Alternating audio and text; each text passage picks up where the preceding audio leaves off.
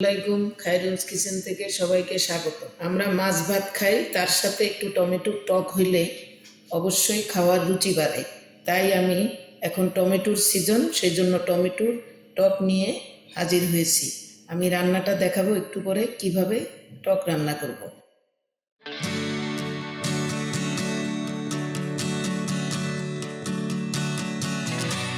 আমি এখানে কিছু টমেটো টক এবং মিষ্টি দুই প্রকারই টমেটো, প্রায় 600 গ্রাম টমেটো নিয়েছি। তার মধ্যে বেশিরভাগ টমেটোই টক টমেটো হবে, মিষ্টি টমেটো অল্প হবে।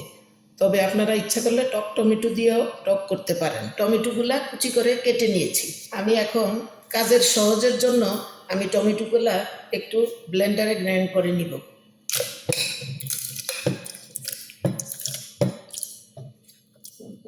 টমেটোগুলা ব্লেন্ডারে গ্রাইন্ড করে এই যে এরকম, বেশি মিহিন না, একটু আদা ভাঙা, এই যে এরকম করে আমি এখন চুলায় বসিয়ে দেব।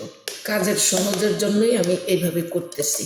তবে টমেটো কুচি করে পানি দিয়ে মশলা দিয়ে সিদ্ধ করেও নেওয়া যায়, সিদ্ধ করে ডাল ভুনি দিয়ে ঘুটে পরে এটা বাগার দিয়ে করা যায়। এখন আমি এইভাবে নিছি, যারা চাকরিজীবী তাদের জন্য সুবিধা হবে, তাড়াহুড়া করেই টক রান্না করা যাবে। এর মধ্যে আমি দিয়ে দেব 4 চামচে 2 চামচ লবণ, লবণটা পরে আবার দেখে দেওয়া যাবে। 1 চামচ জিরার গুঁড়া আর 1 চামচ রসুন, 1/2 চামচ হলুদ। হলুদ কম বেশি হলে অসুবিধা নেই, তবে কম হইলেই ভালো হবে। আগে 3 কাপ পানি দিছি, আরও দিয়ে দিব। এখন গড়ে আমি 5 কাপ পানি দিলাম। একটু ঘনত্বটা দেখো, এরপরে জাল করে খালি বাগার দিব, বাস হয়ে গেল। অল্প সময়ের মধ্যে অনেক সুস্বাদু রুচিসম্মত একটা খাবার চুলায় বসিয়ে দিলাম। এখন টমেটো সিদ্ধ হবে, তারপর রান্না হয়ে যাবে। টমেটো সিদ্ধ হয়ে টক হয়ে গিয়েছে। এখন আমি একটু ঘুটনি দিয়ে একটু ঘুটে দিব। এইভাবে একটু, আপনারা যেভাবে ডাল ঘুটেন ওইভাবে একটু ঘুটে দিব। তবে আমার টমেটো অনেক সিদ্ধ হয়ে এই যে দেখেন কেমন হয়েছে, এই যে এই টক, এই যে। এখন আমি ফোড়ন দেব। ফোড়ন দেওয়ার জন্য আমি একটু তেল দিলাম, একটু রসুন কুচি দিয়ে ফোড়ন দিব।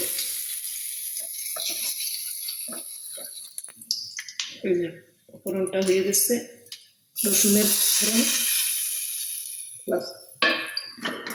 আরেকটা ফোড়ন দিব সরিষা দিয়ে, সাদা সরিষা অথবা কালো সরিষা। আমি এখানে সাদা সরিষা নিয়েছি। সরিষাটা কয়েক সেকেন্ড এইভাবে একটু সরিষাটা একটু ভেঙে দিতে হবে। সরিষাটা হালকা কয়েক সেকেন্ড টালা দিয়ে ভেঙে আমি টকে দিয়ে দেব। সরিষাটাও দিয়ে দিলাম।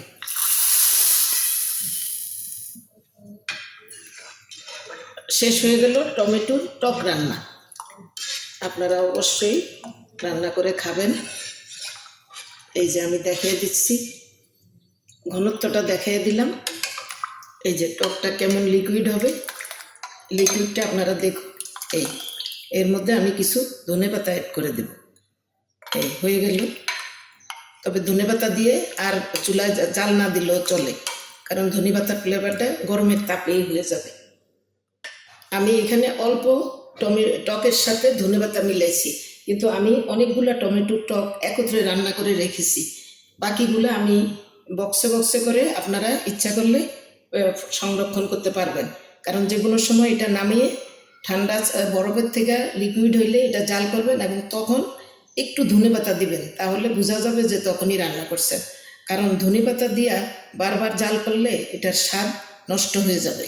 আশা করি আপনারা বুঝতে পারছেন এবং সেইভাবে আপনারা কাজেরও আপনাদের সুবিধা হবে।